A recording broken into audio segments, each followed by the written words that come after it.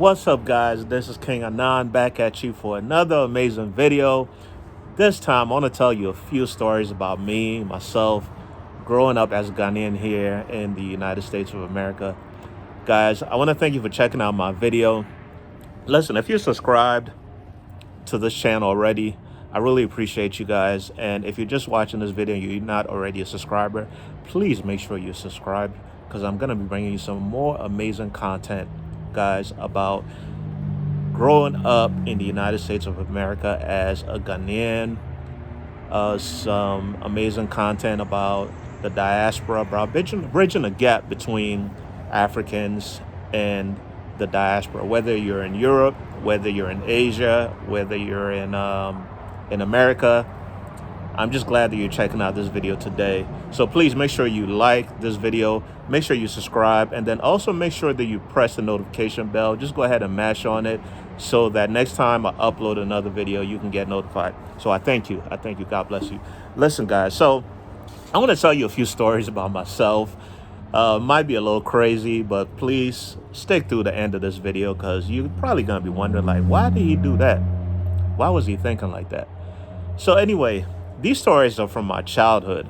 Okay, so when I first came here, when I first moved to the United States, I lived in a state called Massachusetts. And Massachusetts is actually kind of a really cold place, you know. So I moved here. I came to the United States in March, and it was cold. It was really, really cold. And, you know, coming from Africa, as such a cold place as Africa, you know, it's a tropical area. Ghana is right on the equator. So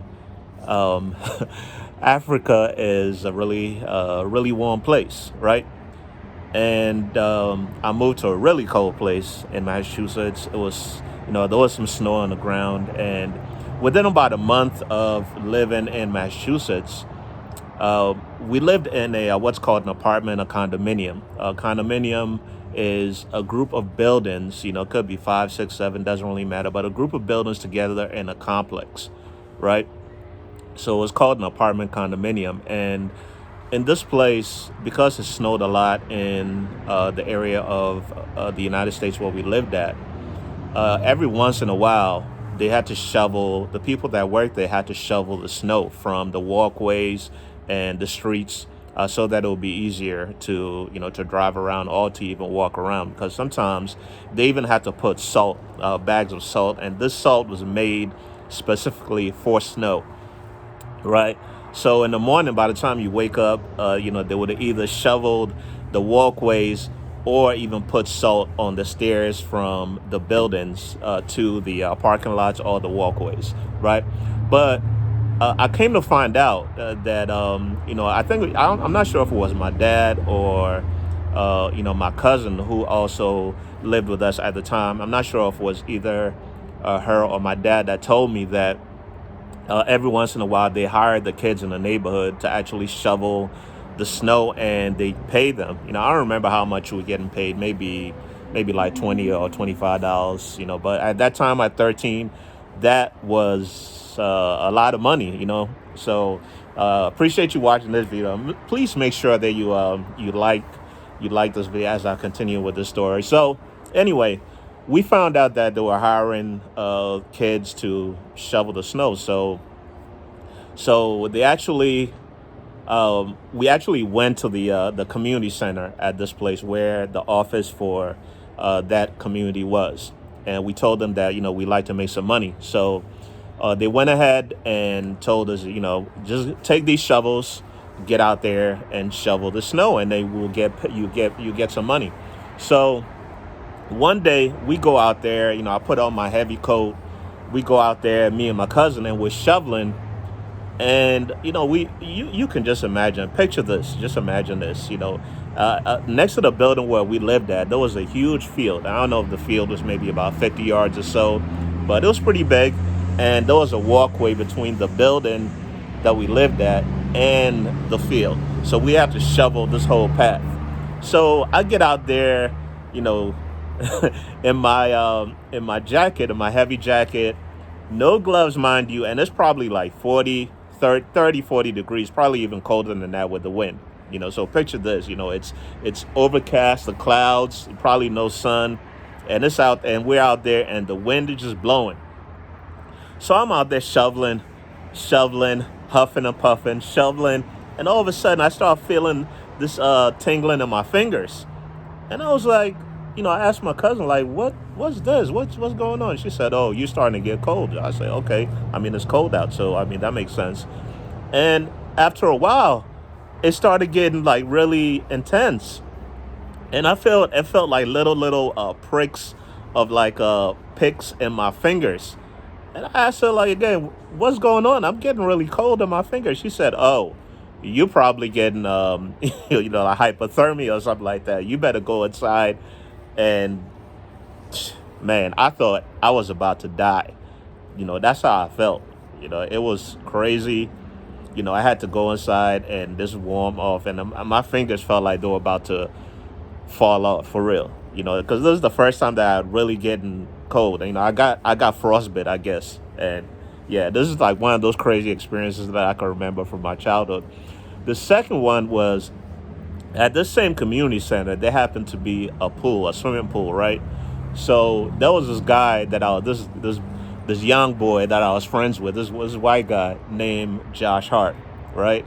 And he actually used to teach me how to not snowboard but skateboard, right? Because I used to like the skateboard back then when I just moved to America. That was one of the first things that I really liked to do as a young kid. It was, I found out about skateboarding. I didn't know about it until I moved here to the States. So my dad got me a skateboard, and we used to go out there after school skateboard. And then one day we found out there was a pool at the community center. So we went out there to that pool. I go out there, and me, my cousin, and Josh, we go out there. We get in the pool. I didn't know how to swim. I never really swum before, but we get out there, and I end up at the deep end. Y'all, I almost drowned that day. If it wasn't for Josh Hart. So Josh Hart, he saved me. He came out there and saved me, pulled me out of the deep end. If it wasn't for Josh Hart, I might not be here sitting talking to you. I would have, man, God forbid, that would have been the end of me.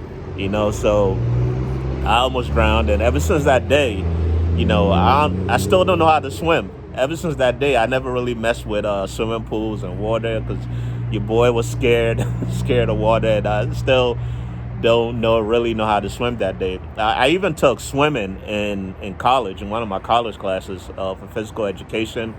I learned how to swim. Well, I passed the class, and from that day, when I passed the class when I was like 21 until now, which is about a little bit over 20 years, I still don't know how to swim because I never really messed with water. I never really trusted water because of that experience when I was younger.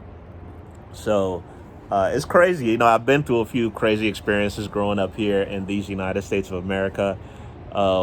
It made me who I am. But I want to give you a bonus one. This one is even crazier.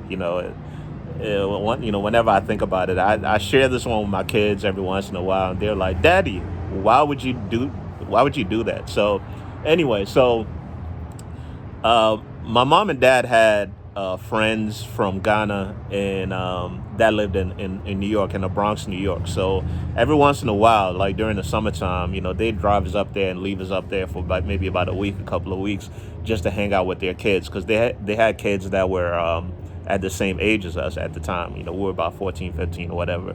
So we would just go up there during the summertime. So one summer we're there, we're hanging out, and my dad's friend, he took us to the shopping mall. This shopping mall in New Jersey called Paramus Mall in Paramus, New Jersey. So he took us to the shopping mall. We're out there hanging out. We go into the stores, window shopping and whatnot. We end up at this department store, and we end up in the sneaker section, right? So everybody's looking. He's got 3 kids, two boys and a girl. So we're all checking out the sneakers, and he was like, you guys go ahead and I'll buy a pair of sneakers for each of you. So everybody's excited, checking out the new Nikes and whatnot. And he asked me like, which one do you want? Everybody picked out whichever pair of sneakers they wanted. And he was like, which one do you want? I was like, no, I'm okay. I'm not, I don't really have to get one for me. Crazy, right? Crazy, right? Like I said, I tell my kids that like every once in a while. They're like, "Daddy, why would you not get a pair of sneakers?" Yeah, so he was like, "Are you sure? I'm getting everybody a pair of sneakers. Why would you not want to get one?" I was like, "No, no, I'm okay. I don't really want to. I don't really want to impose." It's like, and now when I think about it, I'm like, "What the hell were you thinking? Like, why did you not get you a pair of sneakers when he's the one paying for it?" I don't know what in the world I was thinking at the time, but that's like one of those crazy experiences from when I was younger. And I don't know. If you had any crazy experiences like that, please make sure you let me know below in the comments section, because I want this to be interactive. I want to know a little bit more about my subscribers and the people that watch my video. Wherever you're at in the world, please share it with me. I shared my life with you, so go ahead and share your life, your experience with me as well. But yeah, whenever I think about that day, I was like, man, you could have had a brand new pair of sneakers. Everybody else went home with their new pair of kicks, but I didn't. And that's my story, and I'm sticking to it. So guys, if you enjoyed this video, please make sure you comment below, you like, subscribe to this video. If you